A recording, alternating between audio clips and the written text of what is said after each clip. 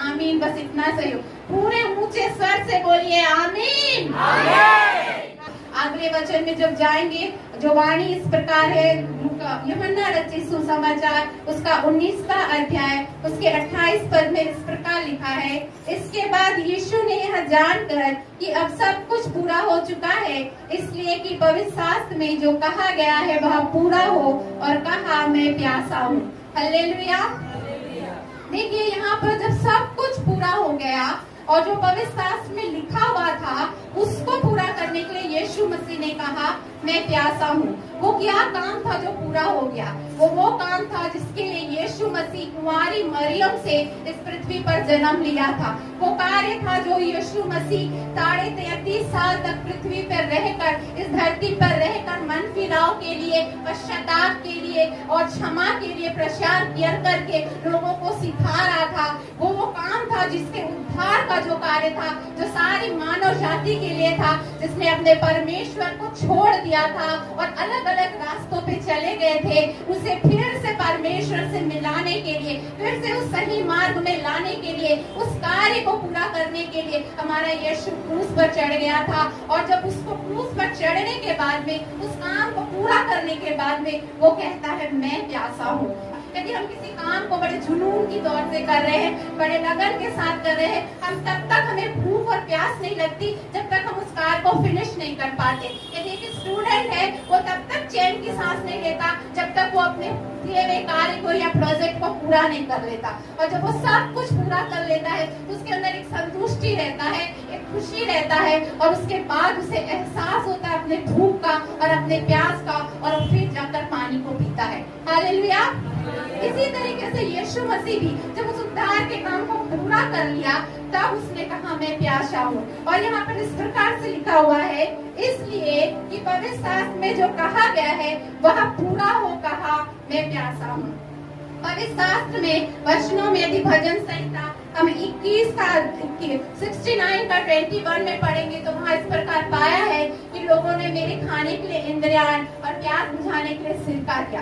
देखिए यीशु मसीह के आने से पहले और यीशु मसीह के क्रूसिफिकेशन और जो भी बातें थी भविष्यवक्ता के द्वारा इस पवित्र शास्त्र में कह दी गई थी, और इन बातों को पूरा करने के लिए यहाँ पर यीशु मसीह कहता है मैं प्यासा हूँ। हालेलुया। क्योंकि वचन में साफ साफ लिखा है, यीशु मसीह ने आप ही कहा था ये बात कि मैं भविष्यवक्ताओं को लोप करने के लिए या व्यवस्था को मिटाने के लिए नहीं आया, परंतु उसे पूरा करने के लिए आया हूँ। ये तो एक शारीरिक बात है जो नॉर्मली हम समझ सकते हैं इस वचन को साधारण तौर पर पढ़ने से, लेकिन इसमें आत्मिक क्या है? यदि हम आत्मिक बात को इस वचन से समझना चाहते हैं तो हमें इसे पुराने नियम में जाना पड़ेगा। निर्गमन की पुस्तक उसका 17वां अध्याय उसका 6 पद। हालेलुया। यहाँ इस प्रकार लिखा है, देख मैं तेरे आगे चलकर होरेब पहाड़ की एक चट्टान पर खड़ा रहूंगा और तू उस चट्टान पर मारना, तब उसमें से पानी निकलेगा जिससे लोग पिएंगे। हालेलुया। यहाँ पर मूसा को जब लोग पानी के लिए बुड़बुड़ाने या चिल्लाने लगते हैं, प्यास लगती है, तो परमेश्वर उनके लिए उपाय करता है और उनसे कहता है कि मैं पहाड़ पर खड़े रहूंगा और तू अपनी उस चट्टान पर अपनी लाठी से मारना और उसमें से पानी निकल आएगा और तुम उसमें से लोग उसमें से पी लेंगे। अब ये चट्टान क्या है? यदि इसे समझना है तो पहला कुरिन्थी यदि उसका 10 का 3-4 में आप पढ़ेंगे तो वहाँ साफ साफ लिखा है कि वो चट्टान मसीह है। हालेलुया।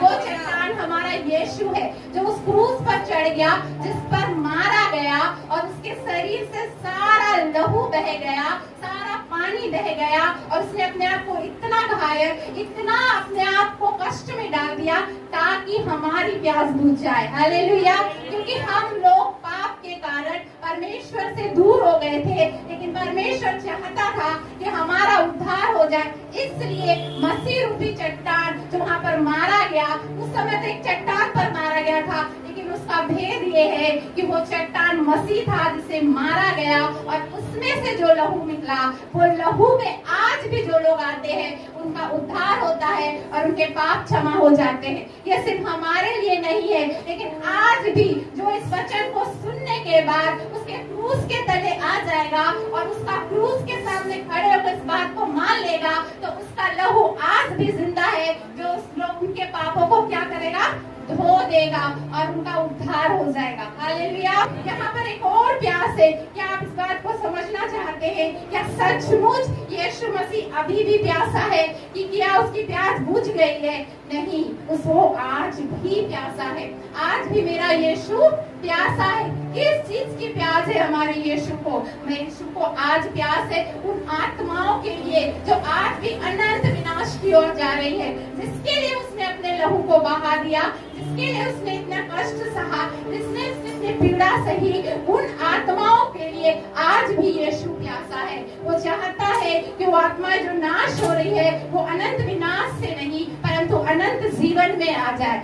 आज भी यीशु प्यासा है उन लोगों के लिए जो बार बार परीक्षा में आते हैं, बार बार परमेश्वर के वचनों को सुनते हैं, लेकिन फिर भी अपना जीवन यीशु को नहीं देते, अपने हृदय को कठोर कर चले जाते हैं। वो प्यासा है ऐसी आत्माओं के लिए। वो आज भी प्यासा है उन जवान भाइयों के लिए, उन जवान बहनों के लिए जो परीक्षा में रहते हैं, वो प्रार्थना करते हैं, आराधना करते हैं, विश्वासी कहलाते हैं, लेकिन उनके अंदर आज भी गुप्त पाप है। हालेलुया। उन गुप्त पापों से कब वो पश्चाताप करेंगे, उसके इंतजार में यीशु प्यासा है। वो प्यासा है पवित्रता के जीवन के लिए, वो प्यासा है धार्मिकता के जीवन के लिए, वो प्यासा है लोग एक दूसरे के साथ प्रेम के साथ रहने के लिए, वो प्यासा है कलीसिया में एकता को देखने के लिए, वो प्यासा है कलीसिया में एक प्रेम को देखने के लिए।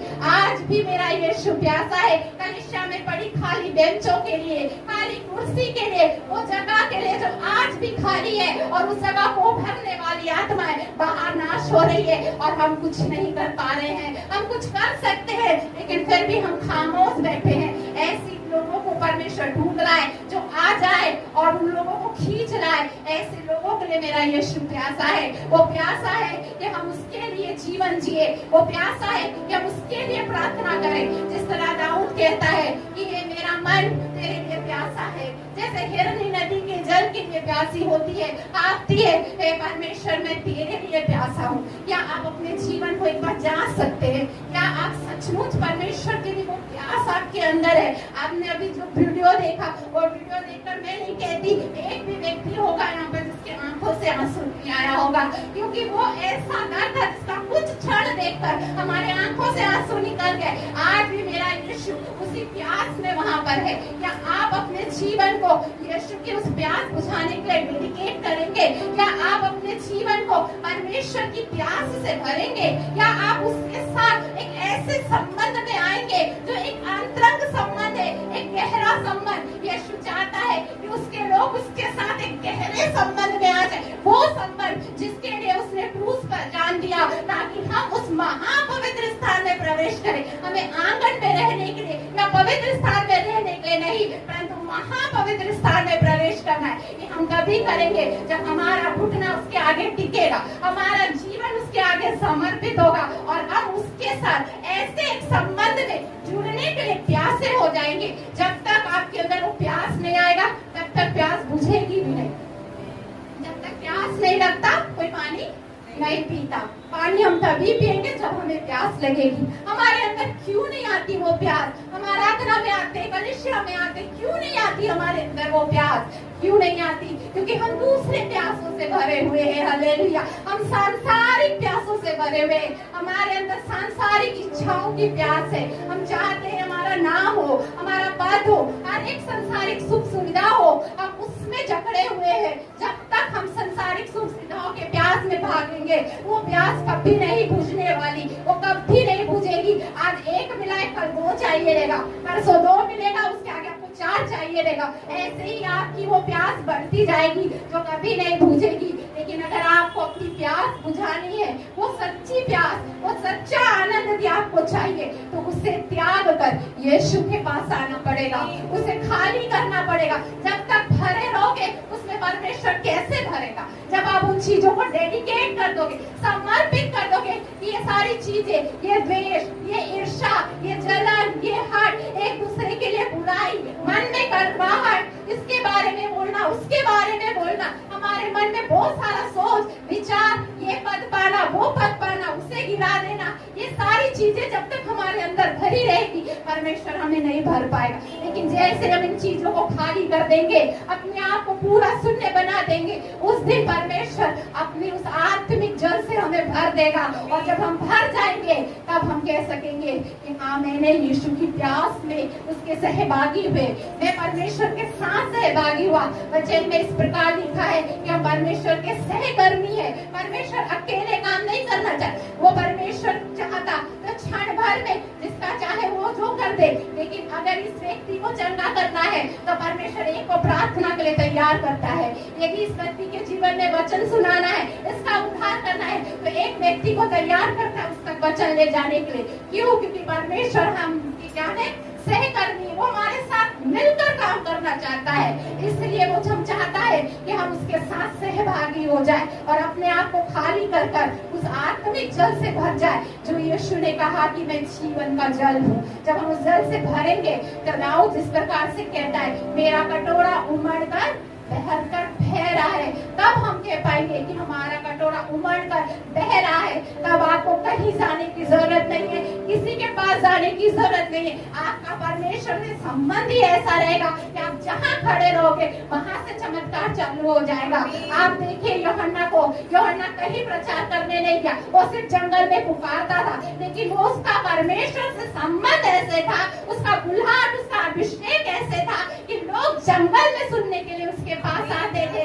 हालेलुया। तो क्यों जो यूहन्ना के साथ जो अभिषेक था वो अभिषेक हमारे साथ भी है, जो मूसा के साथ अभिषेक था वो अभिषेक हमारे साथ है, क्योंकि यीशु मसीह की सारी आत्मिक आशीषें हमारी है, क्योंकि उसने क्रूस पर वो पूरा कर दिया है। अब हमें लेने की आवश्यकता है, अब हमें परमेश्वर की उस प्यास में जाने की आवश्यकता है। तो आज अब निर्णय लीजिए, इस वचन से सोचिए और अपने जीवन को जांचिए। यदि आप भी परमेश्वर के साथ ऐसे संबंध में नहीं आए हैं तो अपने अंदर उत्साह को भरिए, अपने अंदर भूख और प्यास को डालिए और परमेश्वर की उपस्थिति में आ जाइए। फिर आप भी कह सकेंगे, मेरा कटोरा उमड़ रहा है। सिर्फ आप अपने तक सीमित नहीं रहेंगे, आपसे आशीषें बहने लगेगी और फिर एक कलीसिया, ये संसार जहाँ भी आप जाएंगे, चाहे वो आपका काम का क्षेत्र हो, चाहे आपका जॉब का क्षेत्र हो, चाहे आपकी पढ़ाई का क्षेत्र हो या आपका आसपास का क्षेत्र हो, आपको परमेश्वर वचन सुनाने के लिए मार्गों को खोल देगा, उन आत्मा को जीतने के लिए मार्गों को खोल देगा।